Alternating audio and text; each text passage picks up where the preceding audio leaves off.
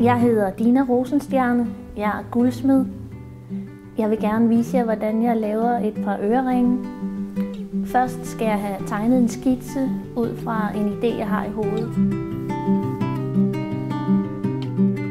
Der er sådan lidt kropt over den, og jeg kan godt lide de runde, organiske former. Så det kunne være, at jeg skulle prøve at lave den i noget sølv.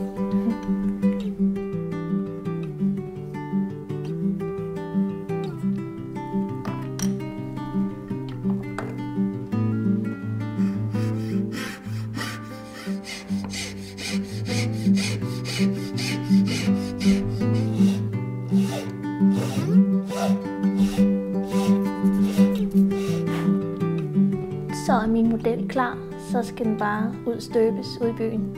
Når jeg så har min model i sølv, skal den renoveres, files, slibes og poleres. Så er mine figurer kommet tilbage fra støberiet, så skal de bare renoveres.